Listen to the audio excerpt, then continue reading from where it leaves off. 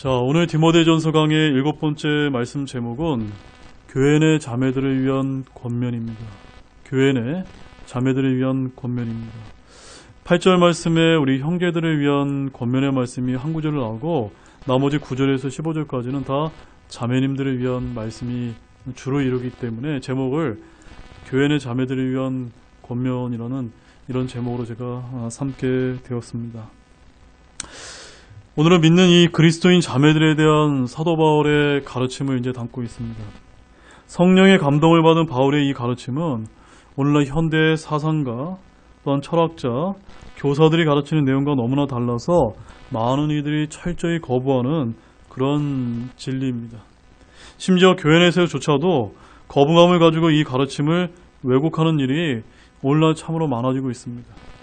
오늘날 자칭 지성인이며 인본주의자임을 자처하는 이들 중에 기독교는 여자들의 권리를 옹호하거나 신장하는 데 소극적이라고 하는 이런 비판을 하는 분들이 적지 않게 생겨나고 있습니다. 그들은 성경의 말씀을 믿고 따라야 될 주의 말씀이요, 순종해야 될 하나님의 명령이라는 생각을 하지 않습니다. 대신 자신들의 주장이나 생각을 옹호하고 합리화하기 위해 성경에서 필요한 것들만 취해서 이용해 먹거나 그렇지 않으면 성경을 비판하고 거부하곤 합니다. 사람이 성경에 맞추어 자신을 고치고 바꾸는 것, 성경에 따라 돌아서는 것을 우리는 뭐라고 부를까요? 그것을 우리가 회개라고 부르는 것입니다. 이와 반대로 성경을 왜곡하고 바꾸어서 우리 사람들의 입맛에 맞추는 것이 변개요, 부패라고 우리는 부를 수 있을 것입니다. 성경은 오늘날 페미니스트의 의견에 동조하거나 결코 지지하지 않습니다. 사람들은 성경이 자신들이 원하는 것을 충족시키기를 바랍니다. 성경 속에 자신들이 원하는 내용들이 들어있기를 원합니다. 여성 운동가들은 성경에서 여성의 지위 향상과 권익 향상을 위한 말씀을 원합니다. 그러나 유감스럽게도 성경에는 교회 내 자매들에게 오늘 본문 11절 말씀에서 뭐라고 얘기하는지 아십니까? 전적으로 복종하며 잠잠히 배울지니라 라고 이렇게 말씀을 하고 있습니다. 이런 말씀이 있음에도 불구하고 오늘날 현대 교회들에서는 여자 목사에게 안수하는 일이 점점 많아지고 있고, 여자 목사를 성경에 따라 반대하게 되면 시대착오적인 발상이라고 폄하하고 있습니다. 오늘날 세상과 성경은 이렇게 모든 면에서 반대로 향하고 있습니다. 세상은 모든 신들, 모든 종교를 포용하고 인정하지만 성경은 오직 한 하나님과 예수 그리스도뿐이라고 말합니다. 세상과 성경, 세상과 그리스도인은 어느 하나 일치하는 부분이 없습니다. 이것이 오늘날 성경이 미움을 받는 책이 되는 이유인 것입니다. 오늘 본문은 믿음이 있는 그리스도인 자매들에게 주는 귀한 권면의 말씀입니다. 그리스도인들은 학교에서 배운 내용이나 언론이나 사회에서 말하는 내용을 마음에 붙들어야 하는 것이 아니라 무엇을 붙들어야 됩니까? 하나님께서 우리에게 주신 성경에서 말하는 여자의 지위와 역할과 자세 등에 대해서 분명한 성경적인 가치관을 배우고 익혀야 될 줄로 여러분들 아시기 바랍니다. 세상은 아이들을 어릴 때부터 학교라는 교육 시스템에 집어넣어서 철저히 세상적인 풍조를 진리처럼 따르도록 가르치고 있습니다. 그래서 로마서 12장 2절 말씀에 어떻게 이제 말씀하고 있냐면, 너희는 이 세상에 동화되지 말고, 한번 따라해 보시겠습니까? 너희는 이 세상에 동화되지 말고. 이 세상에 동화되지 말라는 건 무엇에 동화되지 말라는 겁니까? 하나님의 말씀에서 반대로 전하고 있는 세상의 풍조는 우리가 철저히 거부해야 됨을 말하는 것입니다. 바로 오늘 우리가 다루게 될 이 자매들에 관한 말씀 역시도 오늘날 현대사회에서 자매들은 이래야 됩니다, 자매들 형제들은 이래야 된다라고 이렇게 세상의 사람들과 철학가들과 언론과 사회에서 말을 하지만 우리는 세상에 이야기하는 풍조가 아니라 무엇을 따라야 됩니까? 성경이 뭐라 하는지 우리는 초점을 맞춰서 그 가르침을 붙들어야 되는 것입니다. 따라서 교회가 하나님의 집이요 진리의 기둥과 터전이지 학교가 진리의 전당이 아님을 분명히 하시기 바랍니다. 자, 우리는 성경을 통해 모든 것을 배우고 그 교리를 한번 붙들어 보도록 하겠습니다. 자, 본문 8절 말씀 한번 같이 다시 한번 보겠습니다. 그러므로 나는 모든 곳에서 남자들이 진노하거나 의심하지 않고 거룩한 손을 들어 기도하기를 원하노라. 자, 앞서 1절에서 7절에서는 사도 바울이 모든 사람들과 위정단을 위하여 중보기도를 명령하면서 그 일을 설명한 바가 있습니다. 이에 이어지는 8절에서 15절에서는 사도 바울이 교회 내 남녀 성도 간의 품행 및 창조 원리에 근거한 남녀 상호 간의 기본 질서에 대해서 권면하는 말씀입니다. 자, 여기서 바울은 먼저 거룩한 손을 들어서 기도할 것을 권면하는 대상을 누구로 국한하고 있습니까? 남자 형제로 국한을 하고 있습니다. 물론 이 말씀은 여자는 기도해서는 안 되는 것을 뜻하지는 않습니다. 하지만 확실히 남자를 강조하고 있는 것만은 분명한 말씀입니다. 이것은 당시 회당에서 남자들의 기도를 인도했던 관례에 비추어 볼 때 그다지 생소한 것은 아닙니다. 아무튼 이방인들이 복음 선포자와 사도로 임명을 받았고 이방인들의 교사가 되었던 사도 바울은 믿는 그리스도인들의 형제들이 어디에서나 해야 될 일을 여기서 가르치고 있습니다. 그것이 무엇입니까? 8절 말씀 다시 한번 읽어보겠습니다. 그러므로 나는 모든 곳에서 남자들 그들이 거룩한 손을 들어 기도하기를 원하노라. 남자들이 어디서요? 교회에서만이요? 모든 곳에서 거룩한 손을 들어 기도하기를 원해야 된다는 이런 권면의 말씀을 먼저 여기서 좀 하고 있는 것입니다.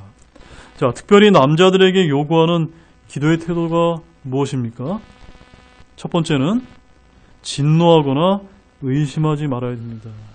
왜 그럴까요, 여러분? 이는 기도하는 형제의 영적 상태와 무관하지 않습니다.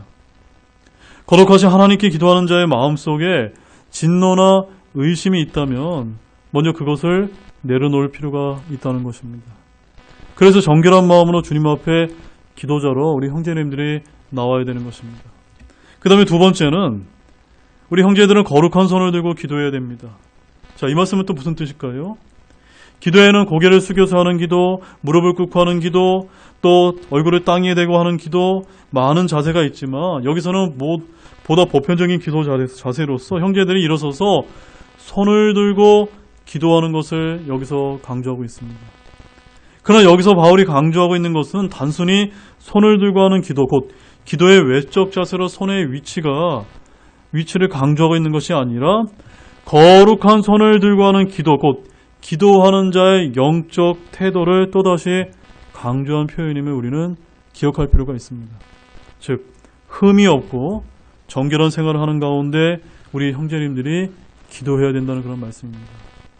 그러나 남자들이 교회에서만 기도하는 것이 아님을 사도 바울은 여기서 분명하게 강조하고 있습니다. 바울은 어디서 기도하라고 말씀하고 있습니까? 모든 곳에서 기도할 것을 우리 형제들에게 강조하고 있습니다. 형제들이 삶의 현장 어디에서나 손을 들어 일을 해야 하는 곳에서 손을 들어 기도하는 것이 하나님의 뜻입니다. 남자들이 어디에서나 손을 들어 기도한다면 진노하거나 의심할 일은 그만큼 줄어들고 일터는 여러분의 사역지가 될 것입니다. 여러분, 기도할 때 누가 보는 게 두려워서 이렇게 숨어서 기도하는 것과 손을 기도서 기도하는 것이 어떤 차이가 있을까요, 여러분? 분명한 그런 차이가 있지 않습니까? 저는 그런 것을 여기서 강조하고 있다고 이렇게 믿고 있습니다. 자, 본문 9절 말씀 보겠습니다. 또한 이런 식으로 여자들도 단정한 옷으로 자기를 꾸미되 얌전하게 맑은 정신으로 하고 장식한 머리나 금이나 진주나 값비싼 옷으로 하지 말며. 자, 앞서 8절에서는 교회 내 형제들에게 주는 간략한 말씀이었다면 9절 이하부터는 권면의 대상을 자매들로 바꾸어서 보다 길게 다루고 있는 말씀이 나옵니다. 형제들은 한 구절인가의 밤에 자매들을 위한 말씀은 9절에서 15절까지인 것으로 볼 때 결코 교회 내 자매들의 역할에 간단치 않음을 암시하는 것 같습니다. 자, 9절은 믿는 그리스도인 자매들이 자기를 어떻게 꾸며야 되는지를 말해주는 그런 귀한 말씀입니다. 아마도 바울이 전한 이 말씀을 듣는 현대 교회의 자매들은 매우 듣기 거북할지도 모릅니다. 전하는 저 역시도 마찬가지입니다. 설교자는 말씀을 있는 그대로 전해야 되기 때문에 우리 자매님들께서 오늘 다루는 본문을 하나님의 거룩한 말씀으로 잘 받아들이시기를 바랍니다. 자, 보통 여자들은 옷, 화장, 장신구두로 자신을 꾸미는 일에 매우 관심이 많습니다. 성경은 자기를 꾸미는 일 자체를 금하지는 않습니다. 다만 우리 그리스도인이 된 자매들에게 옷차림과 장신구를 착용하는 등에 대한 꾸미는 원칙과 정도를 여기서 제시를 해주고 있는 것입니다. 그래서 그리스도인 자매들은 세상에 있는 여자들과 달리 비싼 옷이나 화장품이나 보석 등으로 자신의 외모를 꾸미는 일에 전념하지 않도록 유의해야 된다는 그런 말씀입니다. 그래서 성경은 교회 내 자매들에게 어떻게 하라고 말씀하고 있습니까? 단정한 옷으로 자기를 꾸미되 얌전하게 맑은 정신으로 하라고 이렇게 강조를 하고 있습니다. 자, 여기서 먼저 맑은 정신은 뭘 뜻할까요, 여러분? 여기서 맑은 정신은 술에 취하지 않는 그런 정신 상태를 이제 뜻하는 것입니다. 우리 믿는 자매님들은 성령을 지닌 사람으로서 언제나 맑은 정신을 가지고 살아야 된다는 말씀입니다. 자, 반면에 그 맑은 정신을 갖고 살아야 될 우리 그리스도인 자매에 반대되는 말씀이 성경에 어떤 단어로 표현되는지 아십니까? 바로 음녀라고 표현하고 있습니다. 자, 그럼 이 음녀의 특징은 무엇일까요? 음녀의 특징은 정반대로 자기를 화려하게 꾸미는 것이 특징이라는 점입니다. 요한계시록 18장 16절 하반절에 가보게 되면 거기에 바벨론의 음녀, 창녀의 모습을 아주 독특하게 이제 표현을 하고 있는데 제가 읽어드리겠습니다. 그 하반절에 보면 이렇게 기록되어 있습니다. 그녀가 고운 아마포와 자주색 옷감과 주홍색 옷감으로 옷 입고 금과 보석과 진주로 꾸몄는데 라고 말합니다. 여러분, 물론 많은 여자들이 단정한 옷이 아니라 노출이 심한 옷을 입고 그것이 유행이라면서 돌아다니곤 합니다. 그런데 자매들의 단정과 치장에 대한 성경적인 원칙이 뭔지 아십니까? 우리 베드로전서 3장 3절에서 5절 말씀도 한번 찾아보시겠습니다.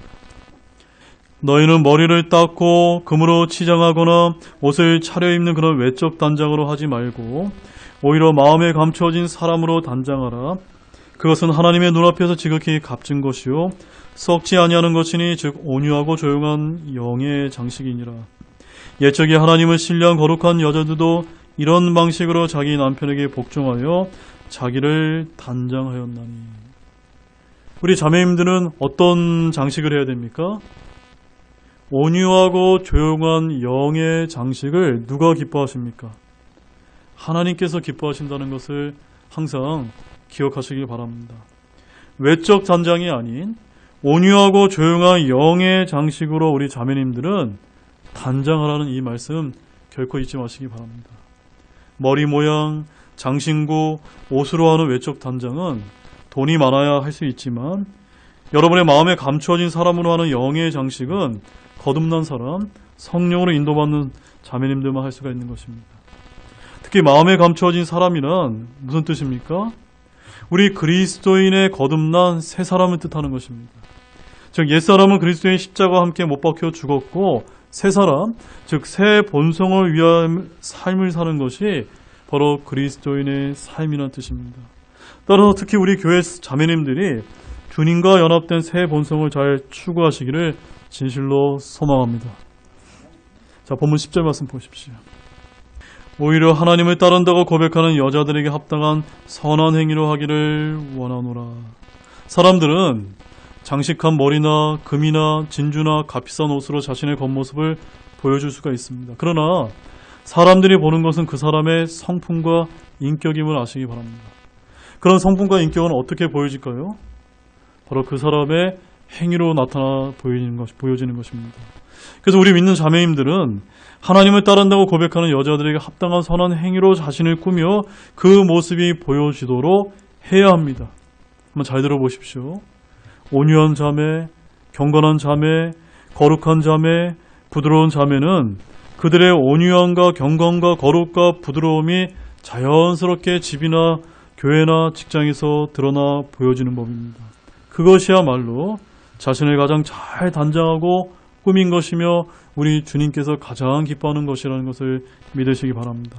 따라서 우리 그리스도인 자매의 아름다움은 사치스러운 치장이나 외모에 있는 것이 아니라 하나님을 경배하는 자매님들로서 현숙하고 순결한 성품과 사랑의 섬김에 있음을 항상 기억하시기를 바랍니다. 자, 본문 11절 말씀 보십시오. 여자는 전적으로 복종하며 조용히 배울지니라. 자, 이 말씀 때문에 현대교회에서 아주 논란이 많은 구절들 중에 한 구절이 아닌가 싶습니다. 특히나 이 구절은 오늘날 많은 교회 내 자매님들이 매우 듣기 불편해하는 그런 유명한 말씀 중에 하나입니다. 성경을 오해하는 사람들은 이 말씀 때문에 기독교가 우리 자매님들을 비하하거나 종으로 삼는다고 주장하곤 합니다. 자, 그러나 이것은 어떤 주장입니까? 분명히 틀린 주장입니다. 여러분 반드시 기억하시기 바랍니다. 역사적인 사실은 오히려 복음이 들어간 곳마다 여자들의 인격과 권리가 신장되었고 존중을 받았다는 사실을 잊지 마시기 바랍니다. 여자들의 권익 신장과 평등과 존중은 오늘날 페미니스트처럼 여성 운동가들의 투쟁으로 얻어진 것이 아니라 바로 예수 그리스도의 복음의 말씀이 들어가는 것을 통해서 그 사회가 변화되면서 일어난 일이라는 것을 여러분 잊지 마시기 바랍니다. 우리 대한민국 어땠습니까? 대한민국에 기독교가 들어오기 전에, 교회가 세워지기 전에는 남녀 7세 부동석인에서 여러분 우리 자매님들이 얼마나 불행한 삶을 살았습니까? 근데 지금은 어떻습니까? 오히려 역전되지 않았습니까? 그래서 오늘 본문 11절 말씀에서 여자는 전적으로 복종하며 조용히 배울지니라는 이 말씀은 이건 미국이나 서구의 유럽, 한국의 그리스도인 자매들 사이에서 전적으로 무시되는 말씀 중에 하나입니다. 그러나 여러분, 이 말씀은 교회 안에서의 권위와 질서에 대한 말씀임을 잊지 마시기 바랍니다. 가정과 교회에서 주님은 질서와 권위를 부여하실 때 여자와 남자를 차별하신 것이 아니라 차이를 두시고 구별하고 계시다는 사실을 우리가 좀 알 필요가 있는 것입니다. 자, 고린도전서 11장 3절 말씀을 보시기 바랍니다. 자, 우리 하나님께서 어떻게 이제 구별하고 계신지를 함께 한번 보시기 바랍니다. 그러나 나는 너희가 이것을 알기를 원하노라. 즉 각 남자의 머리는 그리스도시요 여자의 머리는 남자요 그리스도의 머리는 하나님이시니라. 여러분 이것을 아멘으로 믿으십니까? 이 말씀은요, 바로 전적으로 복종하라고 하는 이 말씀은 가정에서 남편에게 그리하라는 말씀이고, 잠잠하라라는 이 말씀은 교회에서 그리하라는 그런 말씀인 것입니다. 자, 고린도전서 14장 34절과 35절 말씀도 함께 찾아보시기 바랍니다. 너희의 여자들은 교회들에서 잠잠히 있을지니 이는 말하는 것이 그들에게 허락되지 아니하였고 율법도 말하는 바와 같이 그들은 순종하도록 명령을 받았기 때문이라. 만일 그들이 무엇을 배우려거든 집에서 자기 남편에게 물을지니 여자들이 교회에서 말하는 것은 수치스러운 일이니라. 우리 자매님들 거북하게 받아들이지 마시기 바랍니다. 이 말씀은 오늘날 학교나 사회에서 어떻게 가르치든 성경은 분명히 자매들에게 이것을 가르쳐야 된다고 말씀을 하고 있습니다. 이런 말씀은 현 시대의 풍조에 맞추기 위해서 말장난을 하지 않도록 우리는 주의해야 됩니다. 교회는 사회에서 가르치지 않는 내용을 정확하게 가르치고 잘못된 개념이나 사상을 바로잡아야 하는 것이기 때문입니다. 자, 본문 12절 말씀 보겠습니다. 더욱이 나는 여자가 가르치거나 남자에게 권위를 행사하는 것을 허락하지 아니하노니 여자는 잠잠히 있을지니라.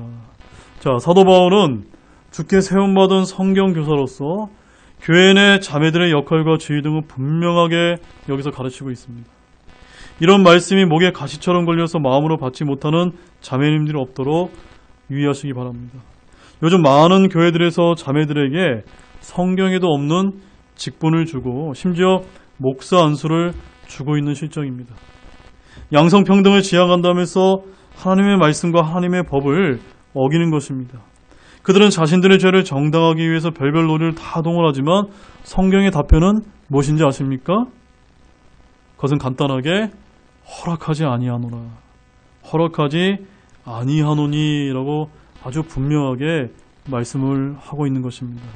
자, 이에 대해서는 디모데전서 3장 강해 시에 더 분명하게 여러분들에게 말씀을 통해서 소개해드리도록 하겠습니다. 자, 여기서 가르친다는 것은 뭘 뜻하는 것일까요? 바로 교회 내에서 어떤 직분을 맡아서 우리 자매님들이 가르치는 것을 해서는 안 되는 것을 이야기하는 것입니다. 성경은 여자 집사나 여자 목사, 감독, 여자 장로를 결코 허락하지 않습니다. 성경은 특히 교회 내에서 여자가 남자에게 권위를 행사하는 것을 또한 허락하지 않습니다. 자, 그 이유가 무엇일까요? 그 이유는 바로 아래 이제 본문 말씀에 이제 나와 있습니다. 자, 13절과 14절 말씀 함께 보시도록 하겠습니다.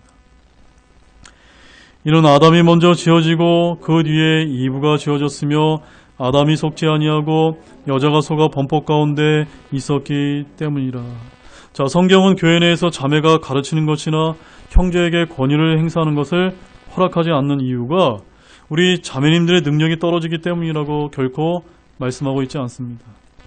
우리 자매님들이 형제보다 열등하기 때문이라고 말씀하고 있지 않습니다.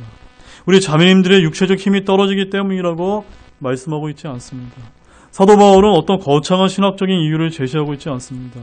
자매가 가르치는 것이나 권위를 행사하는 것을 허락하지 않는 분명한 이유는 다른 것이 아니라 하나님께서 세우신 창조 질서 때문이다라고 이렇게 말씀하고 있는 것입니다. 주님께서 그렇게 지으셨기 때문이라는 말씀을 여러분 잊지 마시기 바랍니다. 또한 이브의 범법 때문이라고 사도 바울은 말씀하고 있는 것입니다. 창세기에서 우리는 아담이 먼저 지음을 받았음을 잘 알고 있습니다.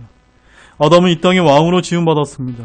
하나님께서 창조하신 모든 것을 지배하고 다스리도록 권위를 위임받은 것은 우리 아담이었습니다.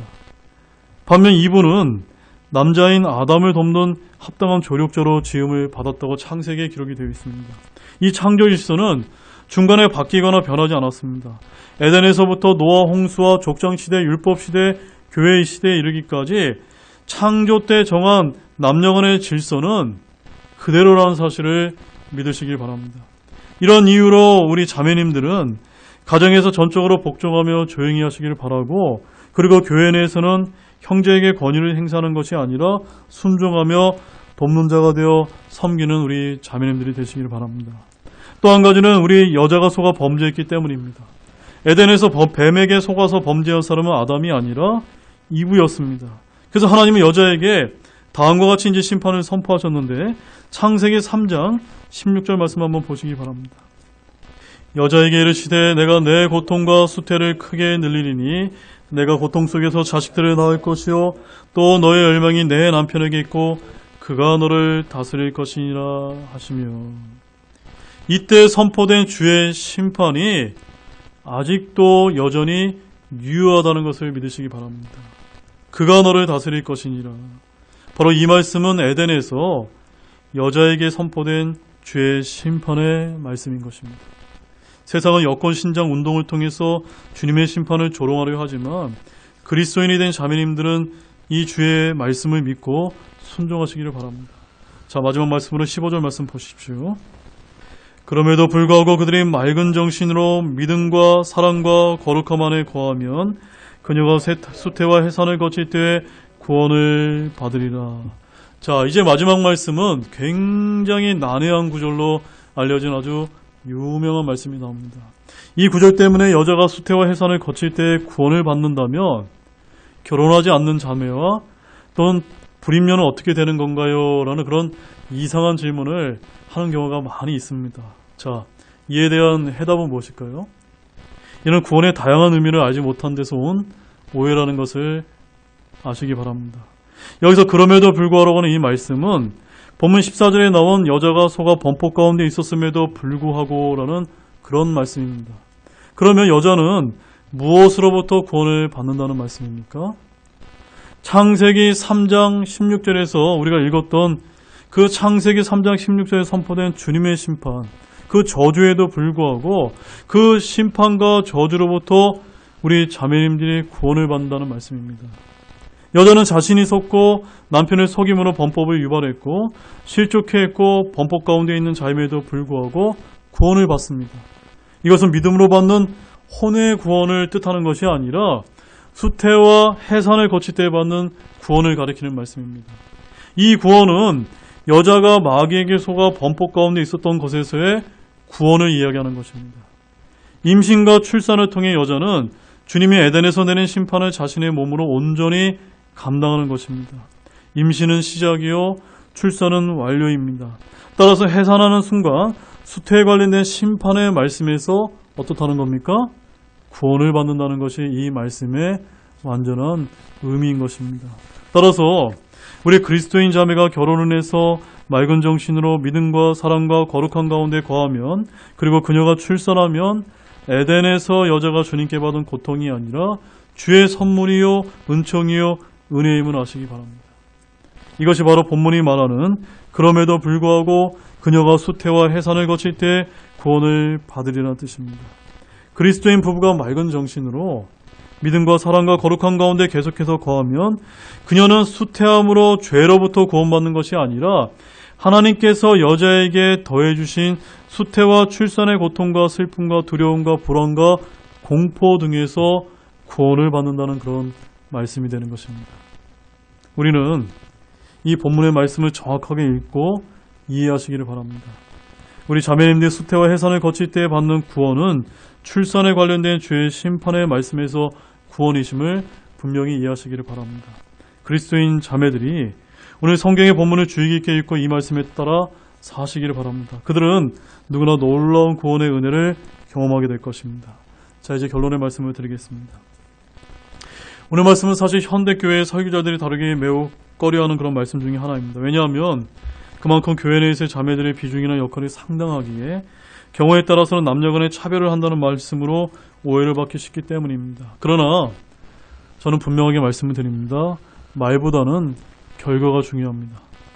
주 예수 그리스도의 복음이 들어간 곳에는 오히려 여성들의 권익이 보장되고 남녀간의 신분상 차별이 철폐되었다는 역사적 사실을 항상 잊지 마시길 바랍니다. 오늘 한국교회 부흥 역시도 우리 자매님들의 역할이 매우 컸음을 우리가 부인할 수는 없습니다. 그래서 성경에서도 로마서 16장에 가보게 되면은 브리기스 길라라고 하는 자매님의 이름이 기록이 되어 있고, 또한 빌립보서 4장에 가보게 되면 유오디아와 순두계라고 하는 자매님, 또한 로마서 16장 1절에 가보게 되면은 베베 자매님 등과 같은 귀한 자매님들을 우리 사도 바울의 동역자로 여기고 이들의 섬김에 따라 굉장히 긍정적인 평가를 내리고 있다는 사실을 우리는 기억하면서 교회 내에서 자매님들의 역할이 결코 중요하지 않을 수 없다는 것을 여러분들 잊지 마시기 바랍니다. 따라서 오늘 다룬 말씀은 교회 내 자매님들의 역할을 억누르는 그런 말씀이 아니라 하나님의 창조 질서에 따라 자매님들의 교회 내 역할과 성숙한 태도가 무엇인지를 알려주는 귀한 말씀으로 여기시기를 바랍니다. 교회 내에서 자매가 가르치거나 형제에게 권위를 행사하는 일은 허락되지는 않지만 교회 내 자매님들의 활동과 섬김의 영역은 너무나 많으며 매우 중요하다는 것을 잊지 마시기를 바랍니다. 기도하고 마치겠습니다.